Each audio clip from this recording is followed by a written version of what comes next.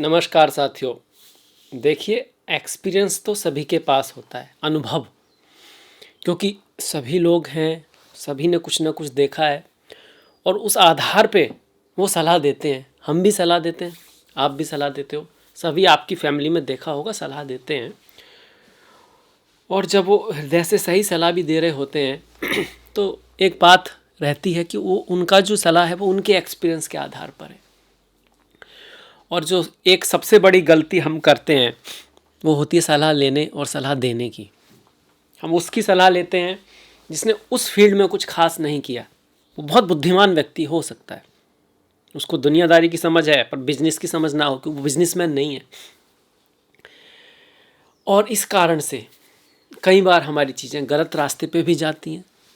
तो मैं ये नहीं कह रहा कि आपको मम्मी पापा या गुरु टीचर्स की सलाह नहीं लेनी है। मैं ये कह रहा हूँ कि जो व्यक्ति सलाह दे रहा है वो बुद्धिमान कितना भी हो, अगर वो हिस्टोरिकल है, हिस्ट्री पे काम किया है, उसने हिस्ट्री का अनुभव है, तो उससे हिस्ट्री की सलाह लीजिए।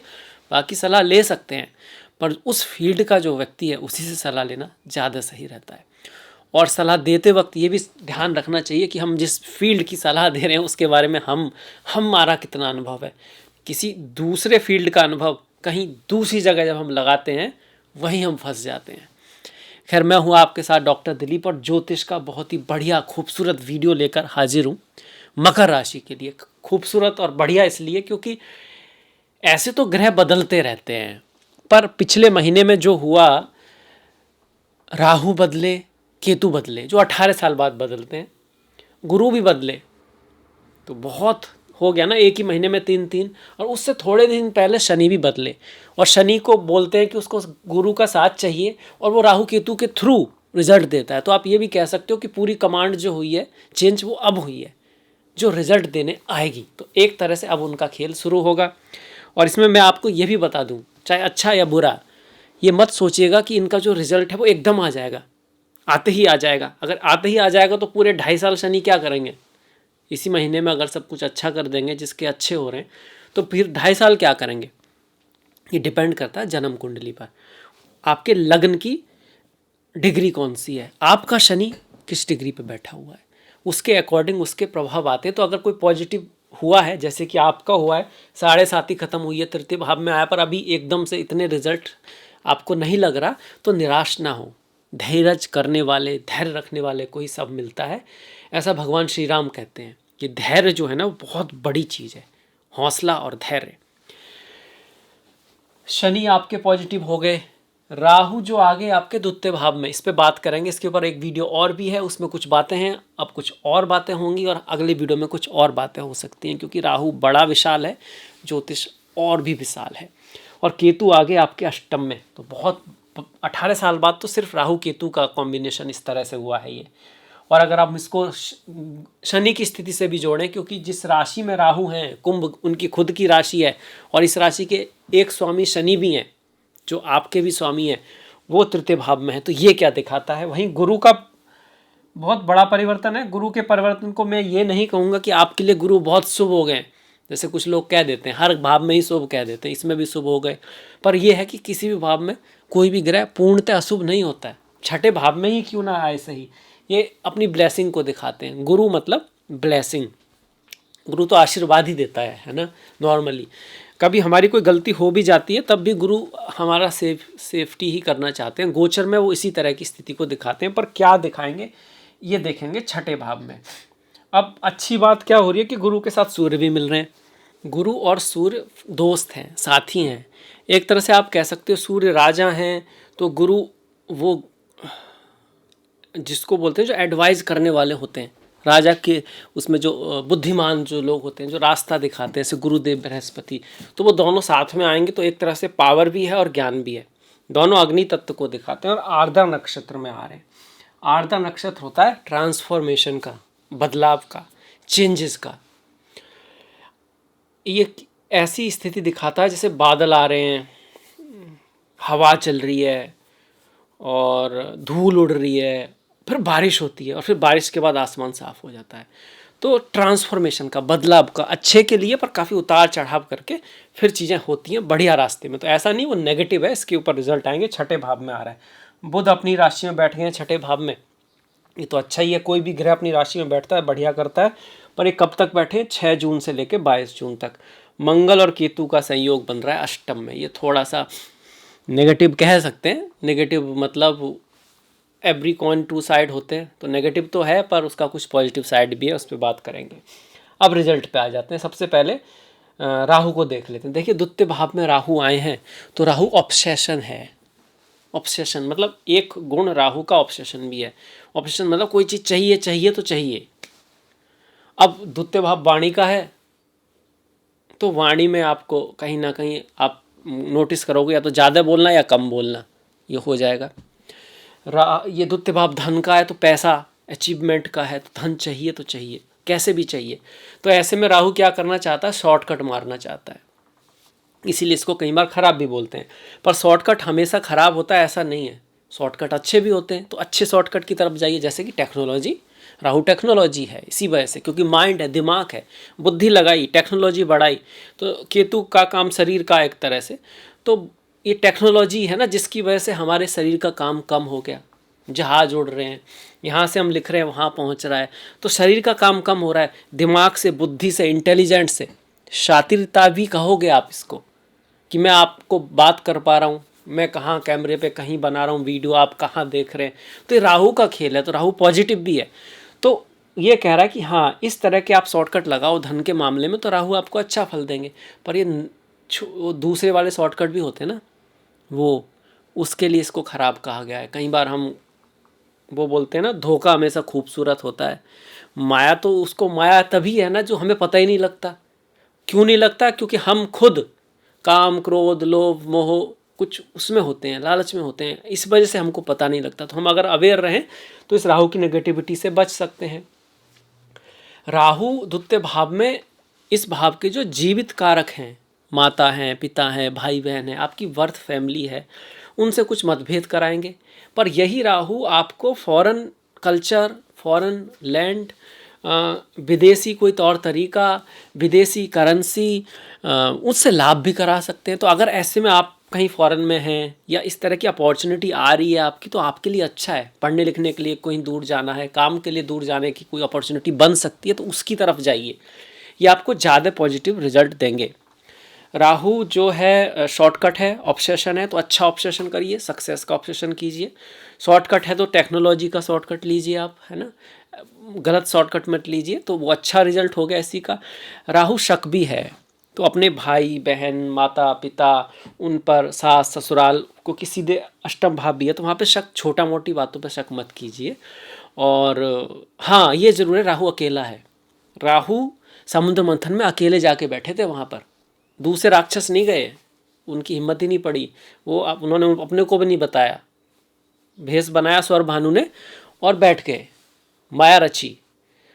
नारायण ने भी माया उनसे पहले रच रखी थी, वो भी मोहिनी अवतार में थे। तो यहाँ अकेले आपको करना पड़ता है चीज़ों में, साथ खत्म होता है उस एरिया से, कोई बहुत बाला सपोर्ट नहीं मिलता वहाँ पे। तो वो जो गाना है ना, चल अकेला तेरा मेला पीछे छूटा राही चल अकेला, इसका मतलब ये हुआ कि धन के मामले में आपको खुद ही प्रयास करने होंगे, बहुत ज़्यादा सपोर्ट नहीं मिलेगा, और प्रैक्टिकलिटी के शॉर्टकट लेने होंगे। सही शॉर्टकट अगर आप यूज करो, टेक्नोलॉजी लगाओ किसी तरह की, कोई ऐसा सिस्टम जो लॉ के अंडर आता है, क्योंकि राहु कभी कभी अनलॉ चीज़ों की तरफ भी ले जाना, वो नियम को नहीं मानते, बाउंड्री को नहीं मानते। एक तरह से अगर वो बाउंड्री मानते तो अमृत नहीं पी सकते थे ना। तो कुछ छोटी मोटी माया, कुछ छोटा मोटा ट्रिक जो वास्तव में कोई ऐसी कोई ख़राब नहीं है, ऐसी कोई गलत नहीं है एकदम से, वो यूज की जा सकती है, उससे आपको राहु फ़ायदा देंगे। राहु वाणी के भाव में हैं तो धूम्रपान से बचना है, मतलब राहु धूम्रपान को दिखाते हैं ना, इसलिए उसको आप बढ़ा सकते हो। ऑब्सेशन खाने का भी हो सकता है, बहुत ज़्यादा खाना खाना शुरू कर दिया, बहुत ही ज़्यादा डाइटिंग पे आए, और इतनी डाइटिंग पे आए कि भैया खाना ही नहीं खा रहे, अनोरेक्सिया हो जाता लोगों को। ऐसी चीज़ें दे सकते हैं, ज़रूरी नहीं है देंगे, डरना किसी को भी नहीं है, तो गोचर है भाई। आपकी कुंडली पे डिपेंड करेगा आपके यहाँ पे कौन से योग हैं। यहाँ कोई राजयोग है और उसको किसी अच्छे बुध आदि की दृष्टि पड़ रही है तो फिर वो राहु आपको फौरन से विदेश से लाभ ही कराएंगे, और वाणी का आपका भी मतलब कहीं ना कहीं उससे लाभ ही हो जाएगा। और फूड के मामले में भी आपका खाने वगैरह का अगर बिजनेस वगैरह है कुछ तो बहुत चल सकता है, वो मल्टी जिसको बोलते हैं ना कि भाई बाउंड्री पार कर सकता है, क्योंकि राहु केतु बाउंड्री तोड़ते हैं। बाउंड्री पार करने का मतलब अगर आप अब एक गाँव में काम करते हैं तो आप शहर में दुकान या आपका जॉब पहुंच सकता है, या फिर हो सकता है दूसरे स्टेट तक पहुंच जाए। तो राहु बाउंड्री भी तोड़ते हैं, तो खराबी नहीं है। धन के मामले में बाउंड्री भी तोड़ सकते हैं, आपको इंटरनेशनल तक ले जा सकते हैं, पर उस चीज़ का ध्यान रखना है जो मैंने बताया कि गलत तरीके से नहीं, क्योंकि वो थोड़ा सा उधर शिफ्ट जरूर करते हैं। वहीं केतु सास ससुर के साथ रिश्तों के मामले में ये महीना 100% थोड़ा सा टफ है। प्यार में भी, खासकर जो शादी में है, बिजनेस के मामले में भी, क्योंकि बिजनेस से अगला ही भाव है ये। पार्टनरशिप के मामले में पार्टनर के साथ तो क्या रहें, अवेयर रहें। ऐसा नहीं कि भरोसा नहीं करना है, अवेयर रहें। थोड़ा छोटी मोटी बात है तो उसको टाल दें, वाणी को मधुर रखने की कोशिश करें, पूरी स्थिति जानने के बाद ही निर्णय लें, क्योंकि केतु के पास सर नहीं है ना, तो अचानक से कभी कभी ओवर रिएक्शन कर देता है, उससे फिर आपका सास ससुर, पार्टनर, पति पत्नी नाराज हो सकते हैं। भले ही आपका रिएक्शन कुछ ज़्यादा ही ओवर हो गया तो आपने भी नहीं सोचा था, ऐसा हो जाता है कभी कभी। केतु ना सडन रिएक्शन दिलवा देता है, तो इस चीज़ का आपको ध्यान रखना है। मंगल केतु भारत के चौथे भाव में आ रहे हैं, तो भारत की जो अंदरूनी स्थिति है वहाँ थोड़ा सा गर्माहट रहेगी, आपस में 2-3 गुट बनने की आवश्यकता हो सकता है, क्योंकि आप इंडियंस हैं ज़्यादातर सुनने वाले, इसलिए मैं बता रहा हूँ आपको। साथ में जब ये सूर्य यहाँ आएंगे ना, सूर्य केतु चौथे भाव में, उस समय ये होगा आपका, देखिए ये है आपका जून जुलाई अगस्त, 27 जून को जगन्नाथ यात्रा है। बहुत कुछ बड़ा हो सकता है इंडिया में, बड़े लेवल पर, गवर्नमेंट के लेवल पर उतार चढ़ाव आ सकते हैं, बड़े रिएक्शन हो सकते हैं। जो हिंदुस्तान पाकिस्तान का जो चीज़ें हुई हैं वो शांत नहीं हुई हैं, वो भी फाइनलाइज होने की तरफ जा रही हैं। खैर ये बढ़ जाते हैं। राहु केतु का हमने देख लिया, बहुत अच्छी तरह से देख लिया। अगले वीडियो जब होगा तो उसमें और नई नई बातें भी जाएंगे, क्योंकि बहुत सारा बताया जा सकता है यहाँ पे। शनि, अब इनमें से बातें कौन सी होंगी डिपेंड करेगा आपके बर्थ चार्ट पर। आपके यहाँ पे कोई भी ग्रह नहीं है, कोई भी नहीं देख रहा, ना इनकी कोई दशा है महादशा है, तो कुछ खास नहीं होगा। पर अगर है तो होगा, इसलिए आपको अपना अगर बर्थ चार्ट पता है तो बहुत अच्छी बात है। शनि तृतीय भाव में मेहनत कराएंगे, एफर्ट कराएंगे। राहु भी मेहनत एफर्ट कराएंगे, क्योंकि राहु की राशि के एक स्वामी, कुंभ राशि के एक स्वामी शनि भी हैं जो तीसरे भाव में। तीसरा भाव भाग्य से बहुत दूर है, ये सब ये भाग्य का भाव है। इससे दूर वाला जो भाव है वो तृतीय भाव है, मतलब भाग्य के भरोसे नहीं, साहस के भरोसे, कम्युनिकेशन के भरोसे, एक्शन लेने के भरोसे, जो मेहनती हैं, जो मकर राशि वाले होते हैं, उसके भरोसे आप इतिहास रच सकते हो। इस समय आपका साहस, आपकी महत्वाकांक्षा, सही रास्ते से करने की जिद, आपके सपने जो आपको सुनने नहीं देते, सोने नहीं देते, आपको वही दिखता है, आपका गोल, आसपास जो कुछ है आपको दिखता ही नहीं, वो चीज़ें आपको तरक्की कराएंगी। ऐसे नहीं आप सोच रहे हो कि अपने आप हो जाएगा, ग्रह बदल गए हैं, साढ़े साथी खत्म हो गई, नहीं नहीं नहीं नहीं। जो साढ़े साथी में आपको लेसन मिले हैं, लेसन आपको क्यों मिले होंगे, जब आपने कुछ किया होगा। जो कुछ करेगा ही नहीं तो उससे गलती क्या होगी, गलती ही नहीं होगी तो उससे लेसन ही क्या मिलेगा, है ना। कुछ करोगे तो रिस्क भी है, और नहीं करोगे तो कुछ है ही नहीं। तो जिसने मेहनत की, एफर्ट की, कुछ ऊपर नीचे बहुत कुछ सीखा, अब उसका यूज भी करना है, डरना नहीं है, इनसिक्योरिटी में नहीं रहना है, क्योंकि अब साढ़े साथी खत्म हो चुके हैं। अब आपके कर्मों के थोड़े रिजल्ट आपको मिलने शुरू होने वाले हैं। पर फिर भी संतान के साथ, गुरुओं के साथ, और फॉरेन से संबंधित चीज़ें हो सकती हैं, विदेश से संबंधित हो सकती हैं। खर्चा तृतीय भाव में भी शनि बढ़ा के रखेंगे, क्योंकि गुरु की दृष्टि 12वें भाव पर, सूर्य की दृष्टि 12वें भाव पर, बुध की दृष्टि 12वें भाव पर, शनि की दृष्टि 12वें भाव पर। अपने से त्रिकोण को हर ग्रह प्रभावित करता है, तो यहाँ से 1 2 3 4 5 मंगल केतु भी 12वें भाव को प्रभावित कर रहे हैं। और शुक्र को देखोगे तो 7 8 9, शुक्र भी 12वें, सब 12वें भाव को प्रभावित कर रहे हैं इस महीने। तो 12वां भाव तो व्यय का है, खर्चे का है, फॉरेन लैंड का है, विदेश का है, चीज़ों के खो जाने का है। 12वां भाव एक्चुअली में छुपी चीज़ों का भी है, हिडन शत्रु, hidden enemy, hidden politics, hidden knowledge, ये सब भी है। तो इनका कहीं ना कहीं रोल रह सकता है। तो कार्य के क्षेत्र पे अवेयर रहें, ऐसा तो नहीं कोई पीछे आपके हिडन चीज़ें छुपी हुई होगी ना, अच्छी हैं तो ठीक ही है, वो तो बढ़िया बात है, चलो आपको नहीं भी पता कुछ अच्छा हो रहा है, पर कोई नेगेटिव चीज़ नहीं है, इस चीज़ का ध्यान रखना है। अब इसकी वजह से डरना नहीं है, घबराना नहीं है, ये मकसद नहीं है मेरा। पर हाँ, थोड़ा बहुत हिडन चीज़ें और फॉरेन चीज़ें, विदेशी चीज़ें आपकी लाइफ में आ सकती हैं। कुछ खर्चे ऐसे आ सकते हैं जो आपने सोचा नहीं था। अब जैसे गाड़ी है और पता लगा अरे भाई यहाँ तो ऑयल टपक रहा है, या कुछ ऐसा हो गया यार, अभी तो कुछ कराया था और आपने सोचा था ये तो 2 साल चलेगा और कोई चीज़ ख़राब होगी, तो ऐसा खर्चा वगैरह भी आ सकता है। सडन कुछ कोई बात होगी, आपको ट्रैवल करना पड़ रहा है, अब ट्रैवल फ्री में तो होता नहीं, खर्चा तो होता ही है ना। और कभी कभी इंटरनेशनल ट्रैवल है तो और भी ज़्यादा हो सकता है, और कई बार वो अच्छा भी होता है, फैमिली के साथ घूमने जा रहे हैं, लाइफ मिली ही किस लिए है। ये 2-3 चीज़ें ही हैं, धर्म काम अर्थ मोक्ष। धर्म मतलब अपने रेस्पॉन्सिबिलिटी पूरा करना, अर्थ का मतलब हो गया कहीं ना कहीं जिसको बोल सकते हैं कुछ वैल्यू ऐड करना अपनी लाइफ में, दुनिया की लाइफ में। काम मतलब सुख अपने लिए, दूसरों के लिए, सबके लिए। और मोक्ष मतलब इन सबको छोड़ के, क्योंकि अल्टीमेटली ये सब नश्वर है, जो सबका कारण है वो तो ईश्वर ही है, और भाग दौड़ के वहीं जाना है तो क्यों ना अभी से ही थोड़ा थोड़ा प्रयास किया जाए। ये ना सोचा जाए कि जब बूढ़े होंगे बस तभी तभी उसकी तरफ बढ़ेंगे, कि हो सकता है तब बढ़ने की ताकत ही ना बचे। तो यही है धर्म कर्म अर्थ मोक्ष। अब शुक्र आ गया। शुक्र का चौथे भाव में गोचर अच्छा है। ये आपको कहते हैं कि भैया माता के साथ रिश्तों में मधुरता लाता है, घर जमीन खास करके गाड़ी से संबंधित चीज़ों में पॉजिटिव रिजल्ट देता है। यहाँ से शुक्र अपनी राशि को देख रहे हैं जो आपके 10वें भाव में आ रही है। तो अगर आपका कोई क्रिएटिविटी का काम है, दुनिया से जुड़ा हुआ काम है, बिजनेस है आपका, लोगों से जुड़ा हुआ काम है, तो उसमें कुछ ना कुछ आपको शुक्र हेल्प जरूर करेंगे। शुक्र का गोचर इस महीने आपके लिए बढ़िया हो रहा है। आपके चार्ट के शुक्र कारक ग्रह भी हैं, क्योंकि 10वें भाव के स्वामी हैं और 5वें भाव के स्वामी हैं। तो संतान के मामले में भी थोड़ा आपको फेवरेबल रिजल्ट आ सकता है, और करियर के मामले में खास करके जो लोग जॉब कर रहे हैं, कहीं पे बिजनेस नहीं जॉब वगैरह जो कर रहे हैं उनके लिए, या फिर फ्रीलांसर भी कह सकते हो, उनके लिए ये अच्छा महीना है।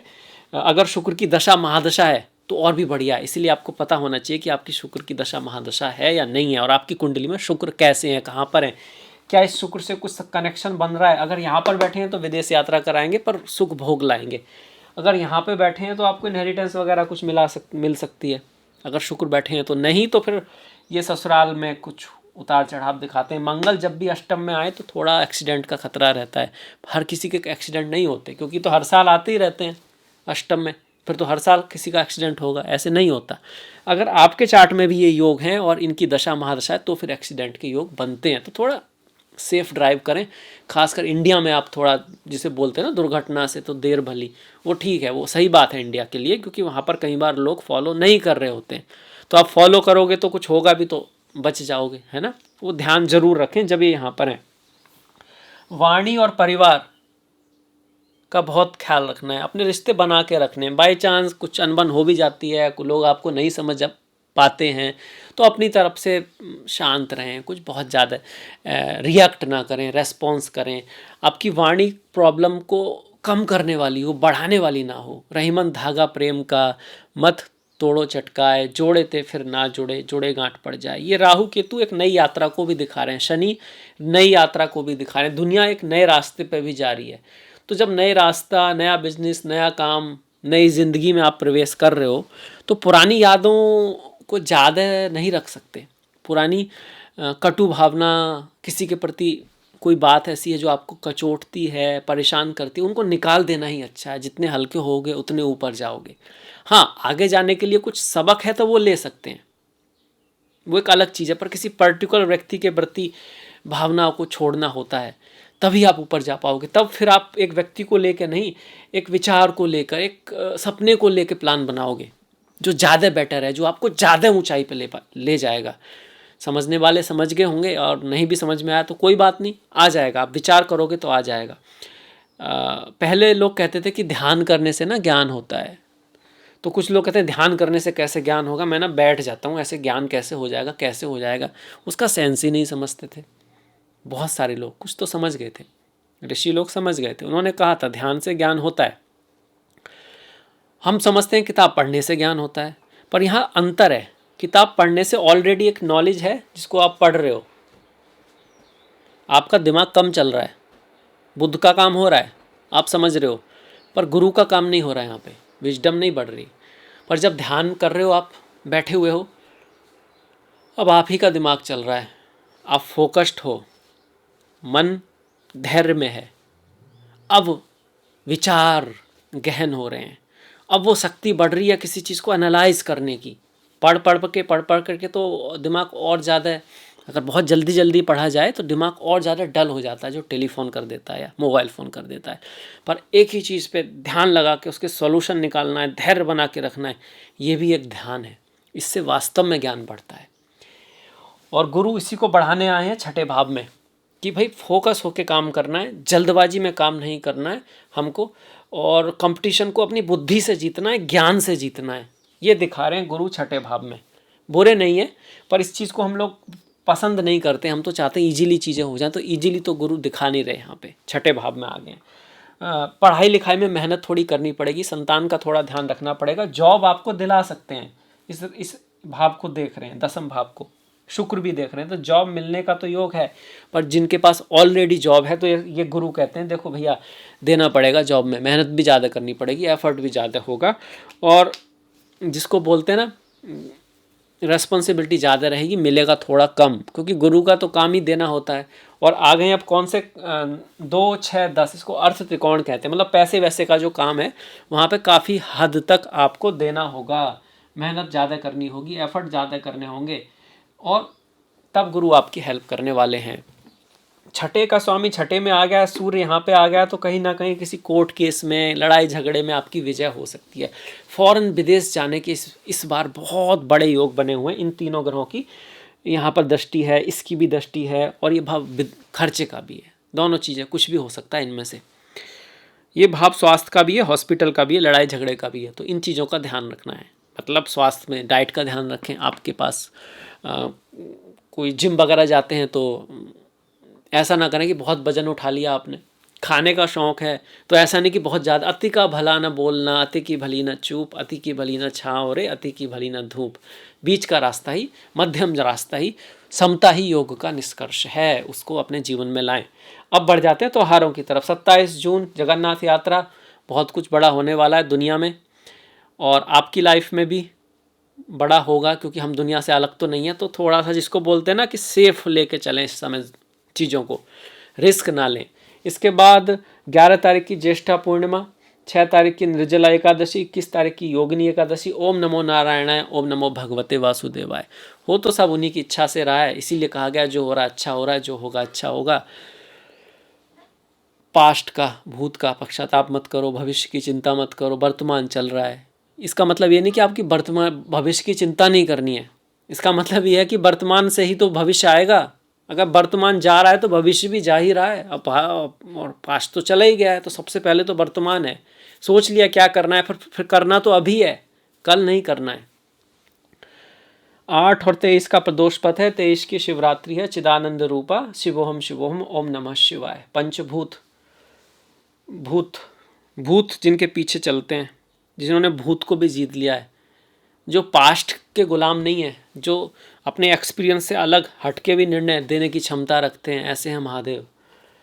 और पंचभूत ये भी है, और भूत ये भी है, जो अग्नि, जल, वायु, आकाश, ये सब पंचभूत, भौतिकता से ऊपर जो कॉन्शियसनेस है, चिदानंद रूपा शिवोहम शिवोहम, उसमें बसने वाले जो शिव हैं, वो सब जो सबका सार हैं। संसार सारम करुणावतारम, तो उनकी तरफ इशारा होता है। हम समझते हैं भूत मतलब भूत, ऐसा नहीं है। 25 तारीख की आषाढ़ अमावस्या है, 14 की संकाष्टी है, और 15 तारीख की मिथुन संक्रांति है। सूर्य मिथुन राशि में आ रहे हैं। मिथुन राशि को बोलते हैं मीटिंग एंड मेटिंग, मतलब वार्तालाप, विचार, कम्युनिकेशन, क्रिएटिविटी। मेटिंग का मतलब है क्रिएटिविटी। दो चीज़ें मिलती हैं तो तीसरी चीज़ बनती है। अलग अलग लोग मिलते हैं तो कुछ नया निकल के आता है, ये क्रिएटिविटी है। और अपोजिट अट्रैक्ट्स इसीलिए करता है क्योंकि वहाँ से कुछ क्रिएट होना है। इसी के साथ मैं आपसे विदा लेता हूँ। अगर आपको वीडियो अच्छा लगा है तो लाइक कीजिएगा, शेयर कीजिएगा अपने मित्रों में, दोस्तों में। आपका जो प्यार है इसको इसी तरह से बना के रखिएगा। बहुत बहुत धन्यवाद। नमस्कार।